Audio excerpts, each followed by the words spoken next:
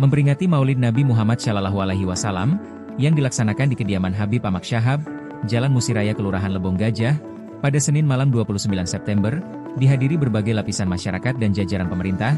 Tentunya Wali Kota Palembang Ratu Dewa ikut menghadiri acara yang digelar Habib Ahmad Syahab. Pagi Jumat datang kuku, kurang sehat minum jamu.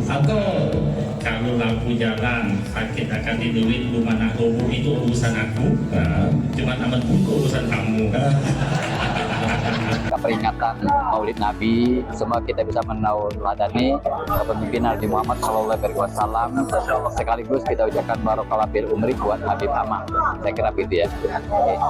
Wali Kota sangat luar biasa. Beliau tadi sudah mengangkat agenda di tempat lain, akan tetapi beliau memaksakan untuk menyempatkan untuk hadir karena event ini sangat luar biasa, dia bilang. Dan beliau termasuk agak ini juga tadi, kenapa ada agenda di tempat lain gitu.